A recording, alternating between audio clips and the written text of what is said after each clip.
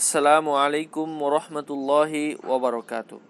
সুপ্রিয় দর্শকবৃন্দ, আজকে আমরা আলোচনা করব স্বপ্নে যদি কেহ বাঘ দেখে থাকে তাহলে তার ব্যাখ্যায় যারা স্বপ্ন বিশারদগণ আছেন তারা কি জানিয়েছেন। তো আপনারা সত্য স্বপ্নের ব্যাখ্যাগুলো জানতে অবশ্যই আমাদের চ্যানেলটি সাবস্ক্রাইব করুন এবং লাইক কমেন্ট শেয়ার করে সাথেই থাকুন। আল্লাহ তাআলা আপনাদের মঙ্গল করুন।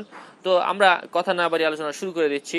স্বপ্নে কাউকে যদি বাঘ আক্রমণ করিতে দেখে তবে ভয়ঙ্কর বিপদ আপদ আসিবার চিহ্ন বুঝিতে হইবে, এবং স্বপ্নে কেহ যদি দেখে যে বাঘ দাঁড়িয়ে রয়েছে তবে স্বপ্নদর্শনকারী দেশের কোনো গুরুত্বপূর্ণ ব্যক্তির সাথে সম্পর্ক স্থাপন করিবার আলামত বুঝিতে হইবে। এবং স্বপ্নে কেহ যদি দেখে যে গৃহের মধ্যে বাঘ প্রবেশ করেছে তাহলে কোনো শত্রু তাহার উপর জয় হইবার আলামত বুঝিতে হইবে। স্বপ্নে বাঘের চামড়া যদি দেখে যে সে বিক্রি করতেছে তাহলে তার আর্থিক ক্ষতি হইবার সম্ভাবনা বুঝিতে হইবে। হযরত ইমাম জাফর সাদেক রাহিমাহুল্লাহ এর মতে স্বপ্নে বাঘের দুগ্ধ যদি কেউ পান করিতে দেখে তাহলে রুজি রোজগারের মধ্যে বরকত এবং দুশমনদের উপর সফল হইবার আলামত বুঝিতে হইবে। স্বপ্নে কেউ যদি চিতা বাঘ দেখে তাহলে দীর্ঘায়ুর চিহ্ন।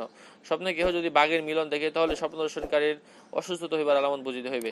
ইব্রাহিম কেরামানি রাহিমাহুল্লাহ এর মতে স্বপ্নে কেউ যদি দেখে যে বাঘ তাহার আয়ত্তে বশ মানিয়েছে তাহলে স্বপ্ন দর্শনকারী খুবই টাকা পয়সার মালিক হইবে। স্বপ্নে কেহ যদি বাঘ দেখিয়া ভয় পায় নিজে পালিয়ে যায় তবে স্বপ্ন দর্শনকারী কোনো সফল মামলার মধ্যে সফল হইবে। এবং স্বপ্নে কেহ যদি বাঘ শিকার করিতে দেখিতে পায় তবে স্বপ্ন দর্শনকারী তার শত্রু কমিয়া যাইবার এবং আর্থিক উন্নতির নিদর্শন বুঝিতে হইবে।